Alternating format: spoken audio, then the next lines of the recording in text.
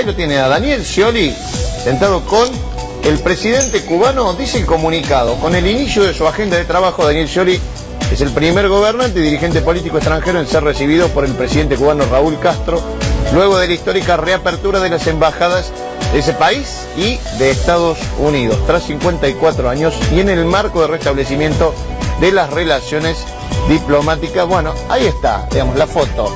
Por un lado, como le decía, con Raúl Castro, y por otro, también con José Ramón Balaguer, el jefe de Relaciones Internacionales del Partido Comunista de Cuba, ahí en el monumento a José Martí. Bueno, interesantes imágenes que llegan desde Cuba del precandidato presidencial del Frente para la Victoria, Daniel Scioli. Ahora sí, lo saludamos como todos los miércoles a Gustavo Rossi. ¿Cómo andamos, Gustavo?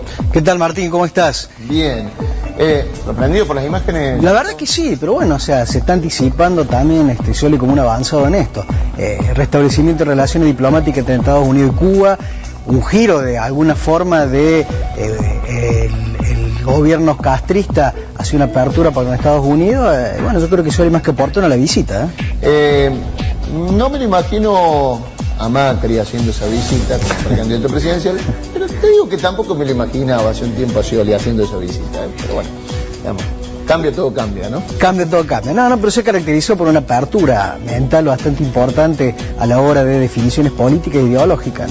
No me sorprende del candidato Scioli. Gustavo, límites de la huelga, ¿cómo hablar de esto, no? Sí, la verdad es que siempre vuelvo a lo que yo hablaba en un comienzo sobre la responsabilidad social sindical, la responsabilidad que le cabe a las organizaciones sindicales y sobre todo en esto de ir a la huelga y en dónde están los límites. Hay algo muy claro para los dirigentes: no hay un límite legal, pero sí tal vez hay un límite ético, o no tal vez, sí lo hay un límite ético.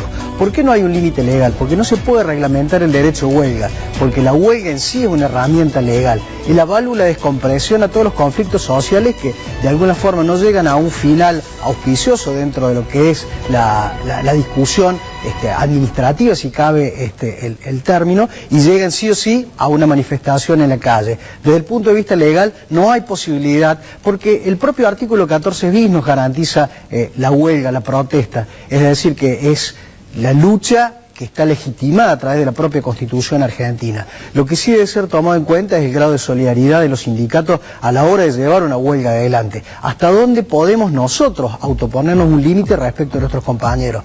¿No cabrá ya la posibilidad de avisar al resto de los trabajadores de que una medida de fuerza se va a llevar adelante? ¿Hacia quién la direccionamos? Y lo planteo como interrogante. ¿Hacia quién planteamos la huelga? ¿La planteamos hacia el propio empleador? Pero no estamos viendo que se afecta también a compañeros nuestros, que si bien no están en la misma actividad, pero que se ven en muchos casos totalmente afectados.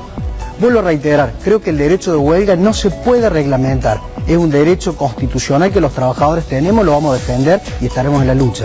Ahora, una huelga que enfrenta a trabajadores contra trabajadores, ¿es realmente una huelga legítima? ¿Es importante de que deje al resto de los trabajadores prácticamente inactivos? Es un planteo que yo creo que se viene para las nuevas generaciones de dirigentes. La huelga nunca reglamentar, la solidaridad para el resto de los trabajadores es un derecho y es una obligación que tenemos todos los dirigentes para con el resto de los trabajadores.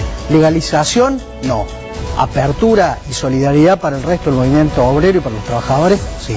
Es interesante analizar esto con lo que se reactualizó de, por ejemplo, el caso Potosí, ¿no? Donde hay prácticamente una ciudad sitiada, donde fueron afectados los habitantes de la ciudad, que ya en algún punto estaban sufriendo algún tipo de desabastecimiento, los turistas que habían llegado ahí que no podían salir. Digo, ¿cómo se maneja esto, no?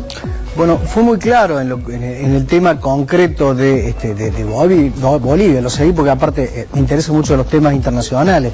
Ayer se vio que no había una organización que llevaba adelante el conflicto. Tal vez nació con una organización, pero se volvieron cada grupo separado por sí a la hora de tomar una determinación y se perdió la orgánica.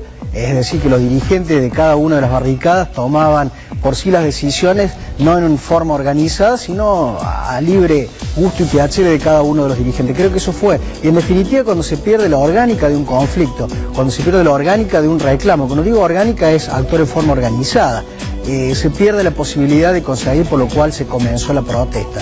creo que Bolivia, o los dirigentes, en este caso el minero de Bolivia, no van a tener un final del todo feliz, no tal vez por la legitimidad del reclamo, sino por la falta de organización y la forma que se caotizó el conflicto, a tal punto que, bueno, nosotros lo cronicamos desde aquí a Argentina, porque muchos argentinos quedaron varados justamente o quedaron al medio de este conflicto boliviano. Gustavo, aprovecho también tu presencia para preguntarte sobre otro tema, porque ayer, 7:30 de la tarde más o menos, teníamos el anuncio de a cuánto se elevaba el piso del salario mínimo vital y móvil. Hay declaraciones de Antonio Caló, que si bien quedó conforme y dijo, bueno, la suma de 6.060 pesos está bien, habría que tener más o menos 9.000 pesos en el bolsillo para no tirar manteca al techo.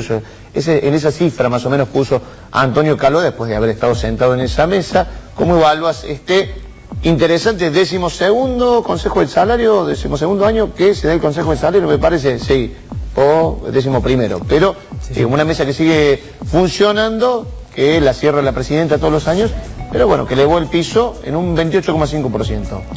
Yo creo que toda movilidad, justamente este Consejo del Salario, en la medida que actualice o reactualice, y la verdad que bueno, y en esto hay que ser claro, la inflación va un poco más adelante, pero el tema es que no dejemos, siempre tomamos este salario como un piso referencial, los salarios tienen que estar obviamente muy por encima, es importante tenerlo como parámetro, repito, referencial, obviamente lo óptimo sería lo que planteó Caló, porque estaría más arrimado de lo que es la realidad del bolsillo de los trabajadores. Pero el piso planteado desde el Gobierno Nacional por lo menos se da o se visualiza como un buen comienzo. ¿Te sorprendió la forma de presentarlo a algunos medios? Me pareció, vi un par de titulares ahí que decían, ahora para comprar dólar ahorro va a haber que tener más de 11.000 pesos de salario. Digo, me sorprendía ver que los primeros titulares de algunos medios fueran eso. No sé si a vos te llamó la atención también. Sí, obviamente se ve la mano de algunos periodistas de algunos medios que, bueno, tendenciosos desde el punto de vista ideológico, que van tratando de modificar un hecho, o la realidad de un hecho en concreto, de acuerdo a la óptica que lo que pretenden presentar ante la sociedad. Sí, obviamente son los distintos, a ver, para ser un poco criteriosos nosotros, los distintos enfoques que le dan los medios de acuerdo a la ideología o al ideologismo que le bajan a la noticia para presentarla ante la sociedad. Gustavo, muchísimas gracias. Gracias, Martín. Hasta la semana que viene.